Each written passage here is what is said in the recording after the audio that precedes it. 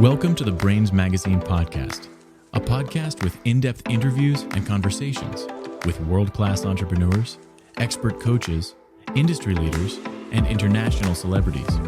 Get exclusive insight into the world of business, mindset, leadership, and lifestyle with your host, Mark Sefton.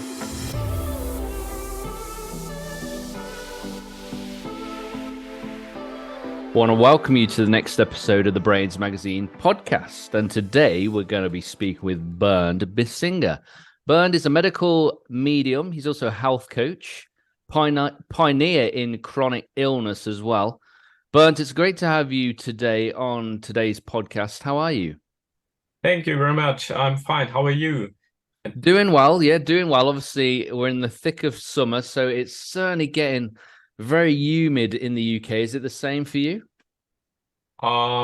It's quite hot right now, but it used to be a lot more with the humidity. But currently it's not so much, but it's just hot. It's hot. And so one correction, because I'm just a health coach applying medical medium information. I'm not the medium itself, so.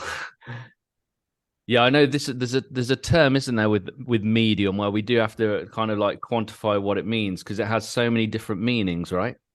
Exactly. But I'm just applying the information that medical medium himself gave us, and so there's not to be confused. I'm just like a normal citizen, and he's the magic one. He's the master and you're the Jedi, right? Yes, exactly. Great. So I'm always fascinated, Bernd, because often in life, people tend to do something with their life and it becomes their vocation or their calling or their mission.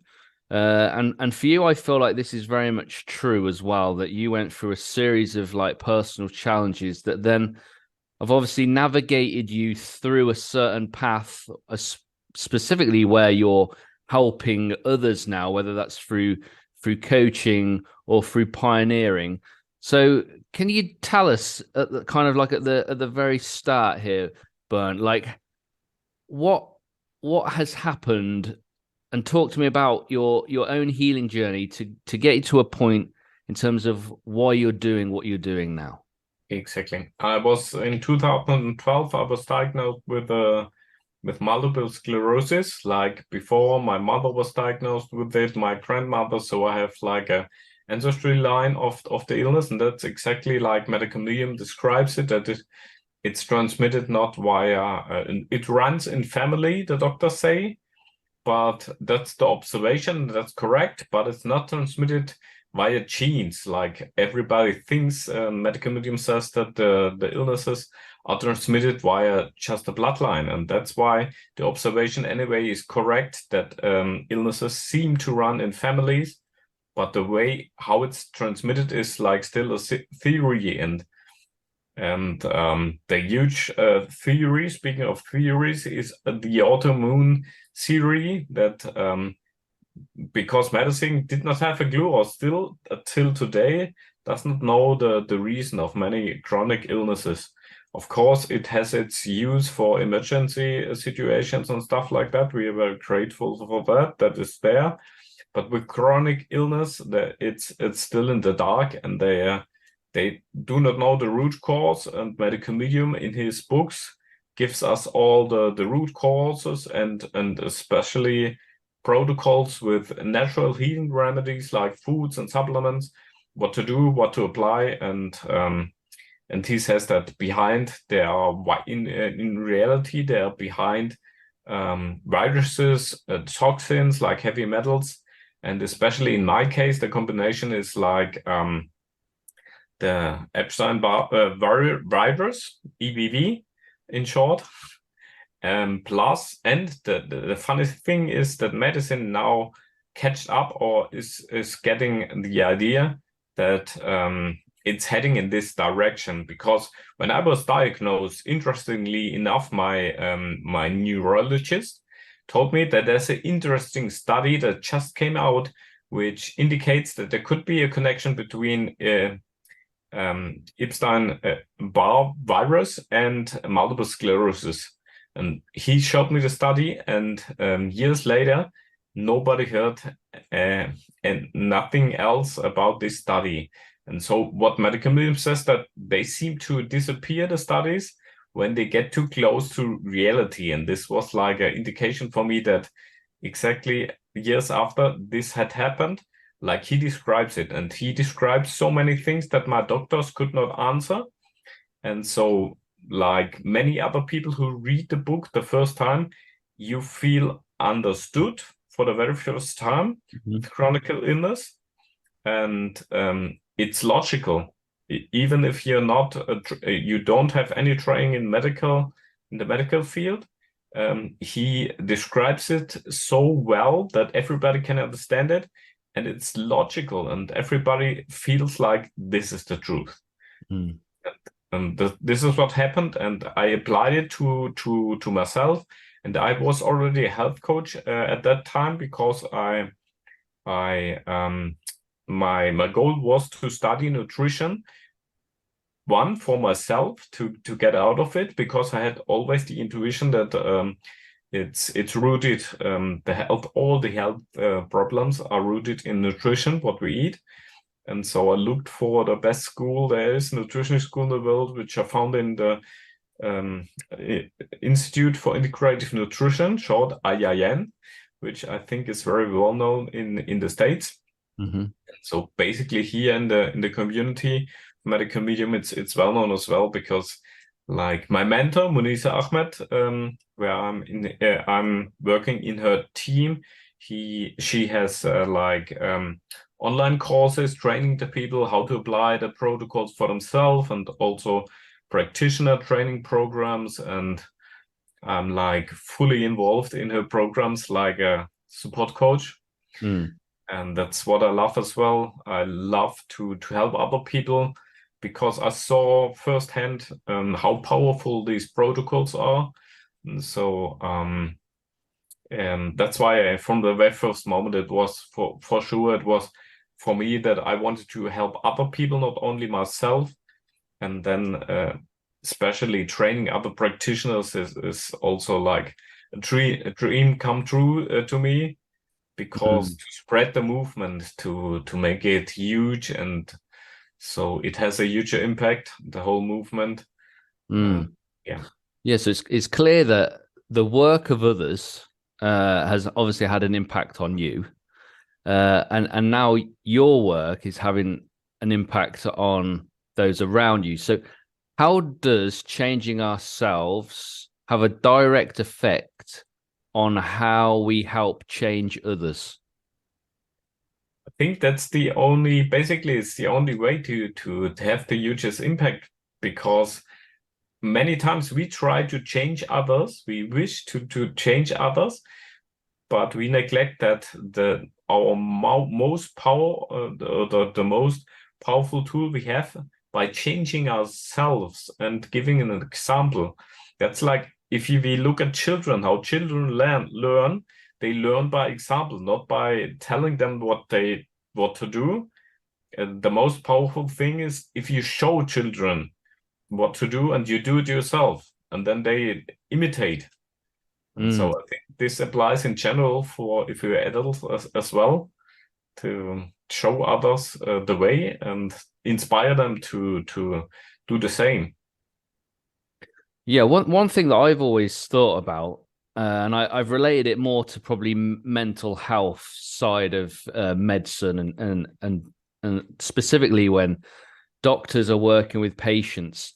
Like, I just want to ask you a question. How important do you believe it is for doctors to have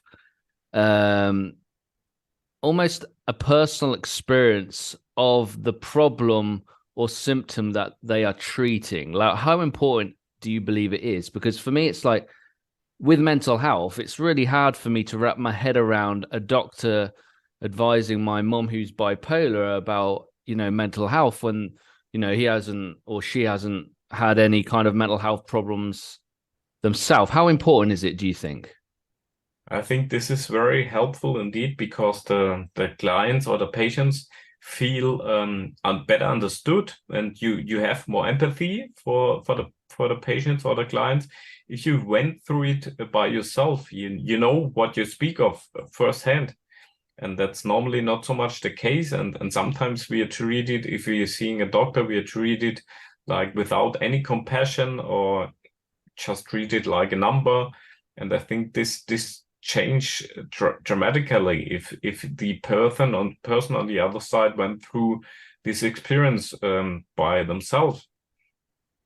Yeah, because I mean, my own experience, I've had chalk and cheese experience from doctors and medical professionals who have been so empathetic to those that have been so kind of like dismissive. There does seem to be quite a gap between the experience. Why do you feel that is? I think like with every we are so individual. Every person, we're so different. To some degree, maybe we are the same, but there's so many different personalities, and of course in the medical field, and we are influenced by what we went through in our childhood, I think, and this maybe has a huge influence, and how their character is, and how much empathy, of course. I think it's like a talent as well. If you can feel how the other person feel, or you put yourself in the shoes of another person, I think this varies a lot from person to person. And I think this could be a quality where doctors could receive a professional training in, because I think this is so important. And normally you just enter the door, 2 minutes, and you're out of it. That's like how it is if you see a doctor today. And medical medium even says the most important of all the tools is like compassion. Compassion is the greatest healer, he says. I believe that. Now, I think that it takes a lot of courage, especially on the journey that you've been on, and you've exposed yourself to some new understandings of how the body works. And obviously it's helped you in your own personal journey and struggle with MS. How are you, or how have you started to go about, because you're a health coach amongst other things, Bernd, how are you starting to install courage in your patients to make the right changes? Because it's so important that actually when we have the information, that we're doing the right thing with the information. And how are you helping your clients become more courageous, but also making the right changes? Yes, I think one of the trainings I received, NLP, how do you say in English? Neurolinguistic programming. It's like a tongue breaker. I can't even say it in English. You... Okay. I'm really, yeah. NLP, in short, easier. And so this is like a technique where it's all about like watching or observing yourself, which words you use, which words you pick. And it has a huge influence, because when we talk, there's always somebody who listens. We ourselves, we listen always to what we say. And so this is like a self-programming. That's why it's called like that. And so it's all about like our language is so important, not only about how we speak to others, but how we speak to ourselves. And so choosing slightly different words can make a huge impact in the outcome of our results. And maybe there's a simple example, like especially in this, because many people with illness, they say, or with when it's about changing their diet, then they say, I cannot do that. And NLP suggests the slight change, I cannot do this yet. And this is like, because if you say, I cannot do that, the door is closed and you cannot change anything. But if you say, I cannot do that yet, the message is transmitted that you want to learn it. And so your subconscious mind is observing all the opportunities, because maybe opportunities are presenting themselves out there. They're there, but you're not seeing them. Your focus is different, because if you say, I cannot do that, why would you observe? Or it's no how do you say, it's not a mandate for the subconscious to do something. And so it's just passive or not even focusing on what's out there, and it changes drastically if you're just saying, I cannot do this yet. You're mass attentive to the opportunities that are out there, and then of course you're more likely to pick up on opportunities and chances, and so you're much more likely to be successful if you want to learn something, looking out for opportunities. And that slight change can be made by just changing or adding one simple word. It's amazing how that happens, isn't it? You can just add one word and it changes. It goes from, like you said, a closed door to a door being slightly open. It creates that possibility. Exactly. And our mind was created to problem solve and to be expansive in its resolve, right? Exactly. It's fascinating. And it's all about you have to get your subconscious on board and giving it orders, instructions, and then it will work for you. It will help you, and things become much more easier. And that's like a huge thing in the coaching business, I think, to make people shift the usual approach, to get them out of what they used to do, to motivate them to try new things. And normally by simple things, simple changes, people are motivated and fascinated, because it does not take such a huge effort to change something. It's like in this example, it's just adding one simple word, and the outcome can be completely different. I love it. Now, obviously, you work with people, as do I, and obviously we live in a world full of people, and there's so many people that are afraid. And I just wonder, from your professional point of view, Bernd, what's the best thing we can do to overcome fear? And are you finding that fear is one of the things that you're like dealing with maybe the most within your health coaching? Because obviously, we only have one body, and our physical and mental health are really important. I think just do it, like the slogan, just do it. Yeah. I think this applies to, because a courageous person, I think, is defined not as a person that does not feel fear, but who does it anyway. And it's all about that, to confront yourself with your fears and to do it anyway, and to feel the fear and do it. And other people, maybe they don't take action because they get paralyzed by the fear. And I feel like challenged even when I have this feeling. I want to overcome it. And so this is like a challenge for me. And so I always try to go there where you feel even pain, or and because I feel if I do not even try it, I feel weaker than if you try it and you fail. Because another famous saying is, the most successful people are the people who failed the most. They failed more than other people. And that's fascinating, because if everything works out fine, you're not learning anything.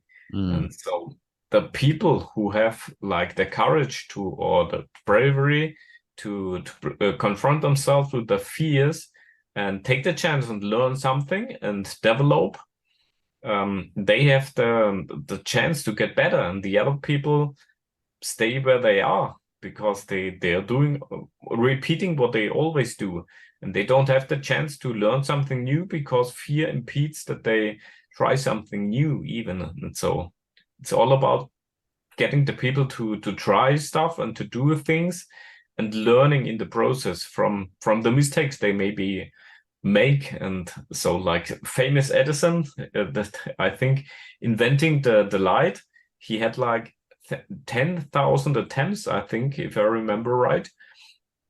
And so he this was interesting as well when I read this. His focus was like, it was not a failure, the attempt that it did not work out. He said like, was for me, just I found out it was a success. I found out another way how it's not working. So he learned and he grew and he appreciated it. And so he was motivated to go on and do even more mistakes maybe, but in his eyes it was never a mistake. He always learned, and so the if you're prepared to fail, I think, or if you're accepting it before you start, I think this is the best way to get ahead. I think when it comes to like our health, we often have to rely on other people, don't we? So, we've talked already, about medical professions, about having empathy. And you've said like medical medium mentions about the importance of compassion. Because obviously compassion for me really builds trust, doesn't it? So do we feel that maybe people are a little afraid because of the fact that when they need that compassion, that reassurance, that they're not getting it? How do we then kind of soothe ourselves if those around us are not doing that? How do you mean exactly?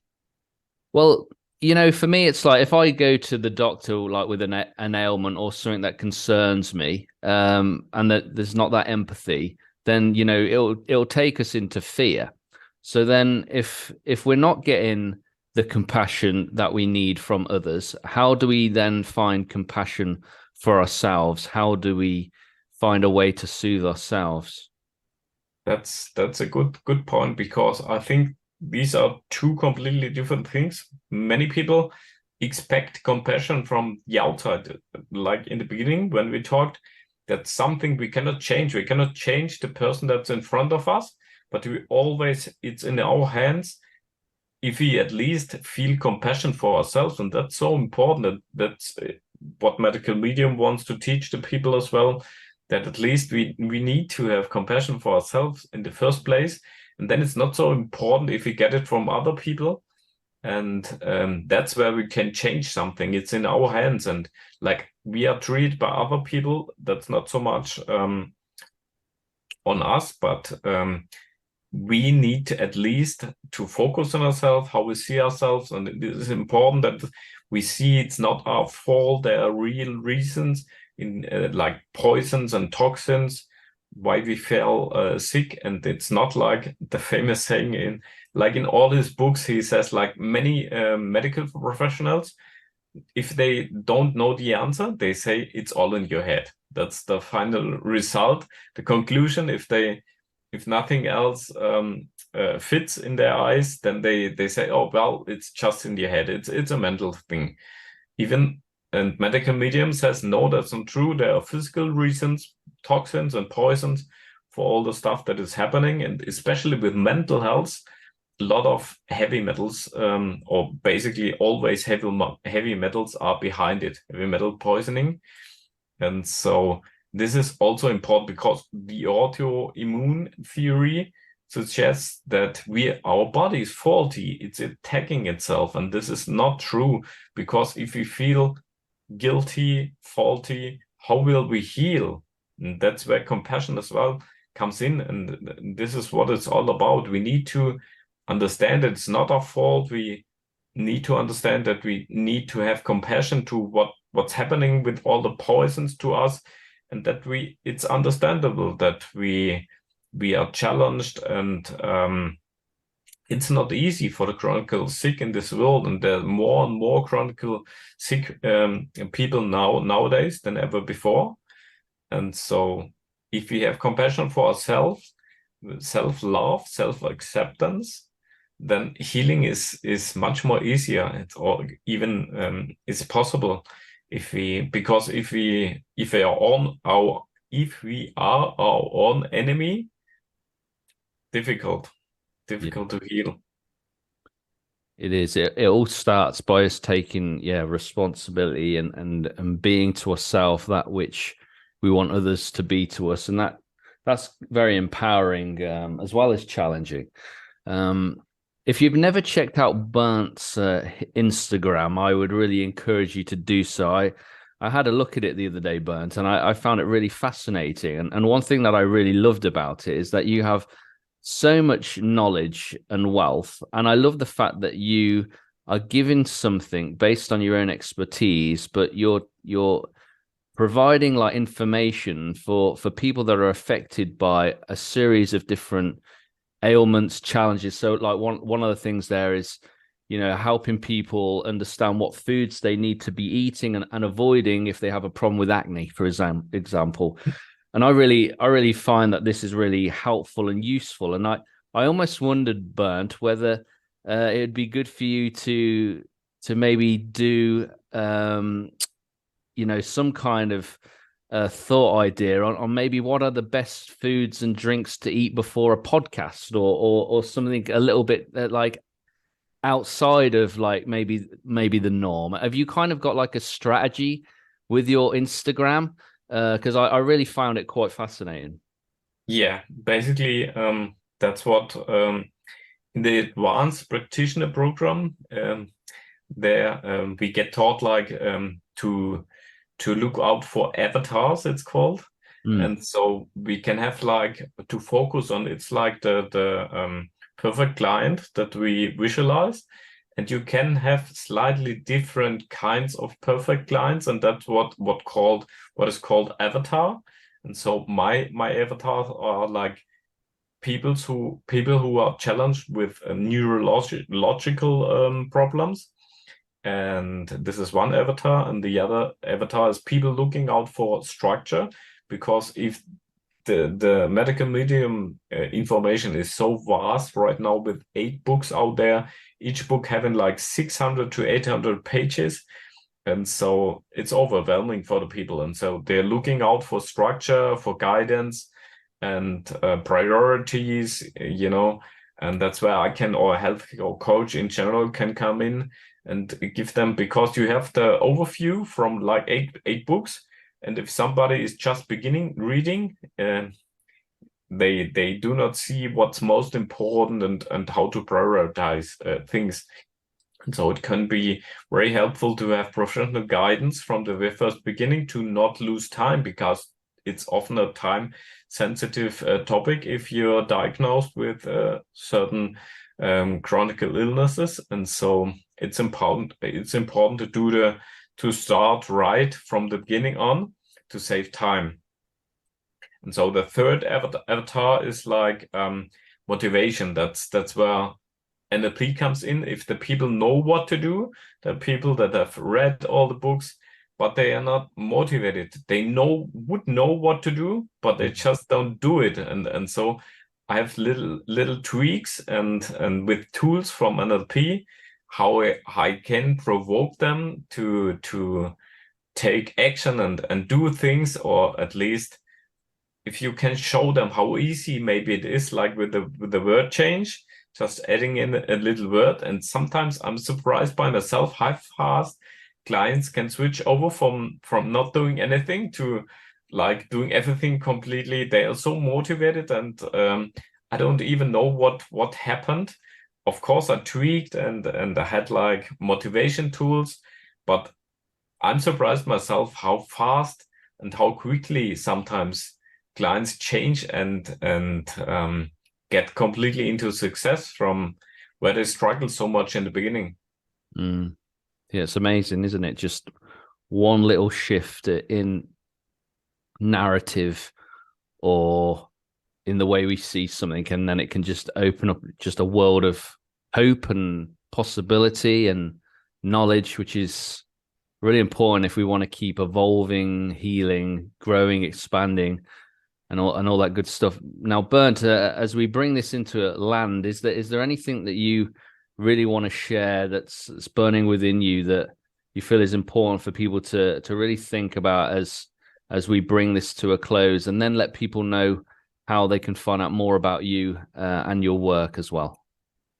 Yes. Oh, I just wanted to answer a little bit about the foods. I did not answer your question. I'm sorry.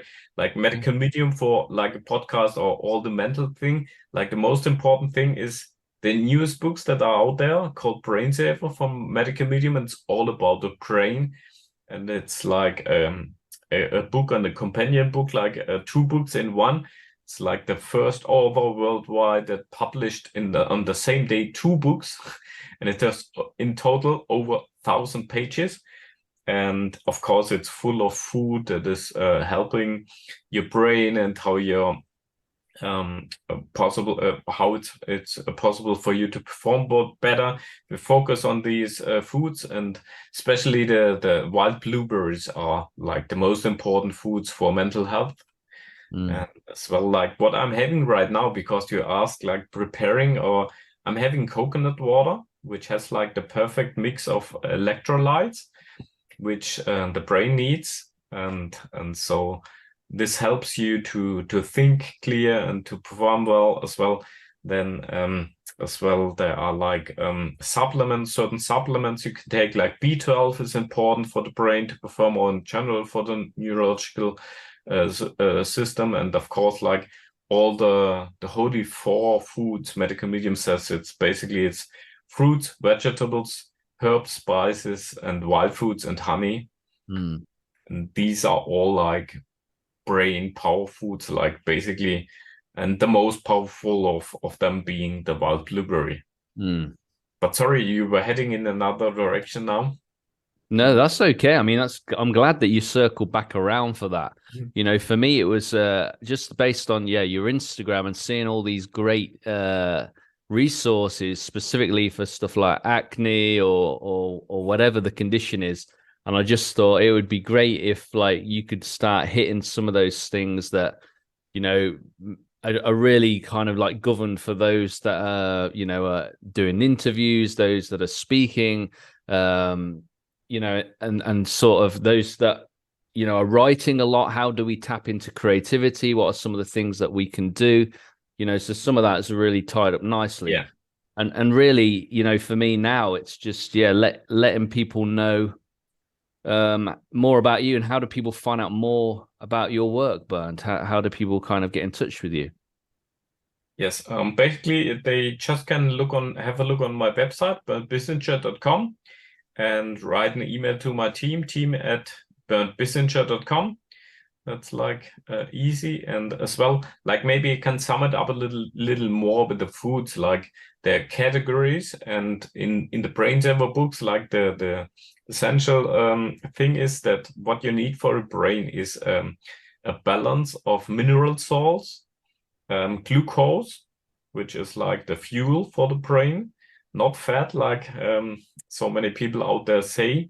That's completely misinformation. Medical medium says the brain does not even exist or not substantially of fats. It's like just like some microfats like omega-3. These are important, but it's like 10% maybe, and the vast majority of the brain, the building blocks, it needs glucose. So fruits basically, or as well, like potatoes are great food as well to get, is a good source of glucose. Squashes are a good source of glucose. Mineral salts, like leafy greens, which are so important. This is like the other part. And if there's some imbalance, let's say too less mineral salts, or the other part is having hydration, enough hydration, because our brain gets overheated if we may be working too much and not fueling our brain with building blocks. It needs to regenerate and to keep us going. Then the brain gets overheated, and that's where we lose our performance capacity. Sense. So these 3 things are so important. And as well, right now when it's so hot, because you spoke of the weather, it's important to cool down the brain. And for cooling down, the brain needs glucose. This is the number 1 source to cool down for the brain. And so my diet basically consists only of fruits and vegetables. Many people don't believe that this is possible, but I'm since like now in August 5 years medical medium anniversary, and I'm not having anything else than fruits and vegetables. Wow. And I can concentrate better and work longer than ever before. And I started off, maybe this is an important point to mention as well. I started off having brain fog and fatigue. That means I could concentrate for 1 hour in a day. That's where I started off. So with this diet, it took me where I am right now, where I can concentrate longer than ever before, even when I considered myself healthy. Can you imagine? That's amazing. Like, it's amazing. I've been on my own health journey and seeing the impact of what you put into your body is what you get out, and how foods affect, even my stamina when I run. Like, that's been a really interesting personal journey for me, seeing what I eat the day before and how that impacts my ability to run. That's quite interesting. Yeah. So it's amazing how it relates to not just the physical, but also, like you said, the focus and the retention of information. So Bernd, it's been a great interview. Really enjoyed spending this time with you, and I'm excited to see your journey continue, and we wish you the very best. Thank you very much, Mark. Thank you. Thank you for joining this episode with me, Mark Sefton. I hope you've really enjoyed it. Feel free to leave us a positive review on iTunes, and I look forward to welcoming you back to the next episode of the Brains Magazine podcast.